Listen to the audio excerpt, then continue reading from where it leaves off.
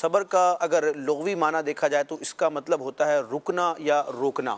لیکن شرعی اعتبار سے اس کا معنی مفہوم یوں بیان کیا گیا کہ مصیبت کے وقت اپنے آپ کو گھبراہٹ سے روکنا اور اللہ تبارک و تعالیٰ کی رضا اور مشیت پر راضی رہنا، اس کیفیت اور اس وصف کا نام صبر ہے۔ واہ! پھر قرآن مجید برہان رشید کی آیات دیکھی جائیں تو تقریباً 70 یا 75 مرتبہ رب تبارک و تعالیٰ نے قرآن مجید میں مختلف مقامات پر صبر کا ذکر فرمایا، یا تو صبر کا حکم دیا گیا یا پھر اللہ تبارک و تعالیٰ نے اپنے انبیاء، اپنے نیک بندوں کے اوصاف میں صبر کو، صابرین کو، ان کا ذکر فرمایا ہے۔ سبحان اللہ۔ اس کے درجات اور اس کی اقسام پر بھی پھر علماء کرام نے گفتگو کی ہے کہ بنیادی طور پر صبر دو قسم کا ہوتا ہے، ایک صبر کا تعلق جسم سے اور ایک کا انسان کے نفس سے ہے، یعنی جسمانی صبر اور نفسانی صبر۔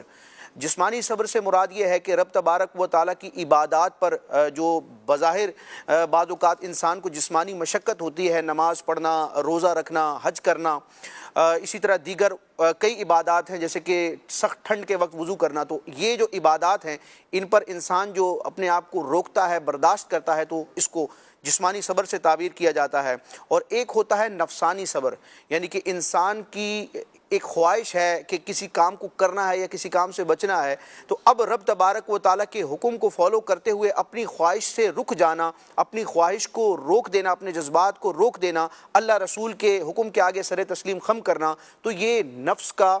صبر کہلاتا ہے۔ پھر صبر کے درجات جو بیان کیے گئے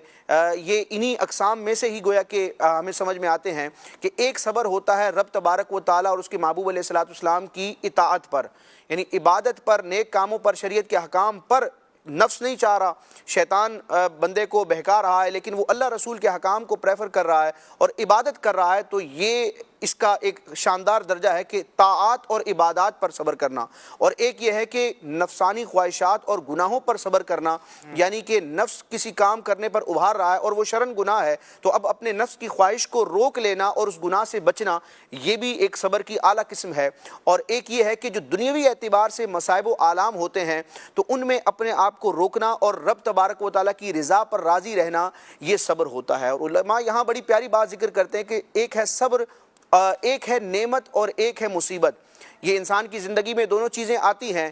خوشیاں بھی ملتی ہیں، راحتیں بھی ملتی ہیں، اور غم کا بھی معاملہ ہوتا ہے، نقصان بھی ہوتا ہے اور انعامات کا سلسلہ بھی ہوتا ہے۔ تو بندہ مومن کی شان یہ ہے، رب تبارک و تعالیٰ کا اس پر ایسا فضل ہے کہ جب نعمت ملتی ہے، راحت ملتی ہے، تو اللہ کا نیک بندہ شاکر بنتا ہے، اس نعمت کی شکر گزاری کرتا ہے، اور اگر تقدیر الہی کے مطابق اگر آزمائش آتی ہے، امتحان آتا ہے، تو اب اس پر وہ بے صبری نہیں کرتا بلکہ وہ صابر بنتا ہے۔ تو مومن کا معاملہ بڑا ستھرا ہے اور بڑا شاندار ہے کہ وہ مصیبت میں صابر رہتا ہے اور راحتوں اور خوشیوں اور نعمتوں کی آسائش کے وقت وہ رب تبارک و تعالیٰ کا شاکر بندہ رہتا ہے۔ قرآن مجید میں اس طرح کے کئی مضامین موجود ہیں، احادیث بھی موجود ہیں کہ بندہ جو ہے اس کی جانچ ہوتی ہے، اس کا گویا کہ امتحان ہوتا ہے، اور رب تبارک و تعالیٰ کا سچا بندہ اور بندگی کا گویا کہ اپنے طور پر حق ادا کرنے والا وہ شخص ہوتا ہے کہ جب مصیبت آتی ہے تو وہ واویلا نہیں کرتا، جس کی طرف سے مصیبت آئی ہے اس کی رضا پر راضی رہتا ہے، اور جب نعمت آتی ہے تو اس نعمت میں وہ اتنا منہمک نہیں ہوتا،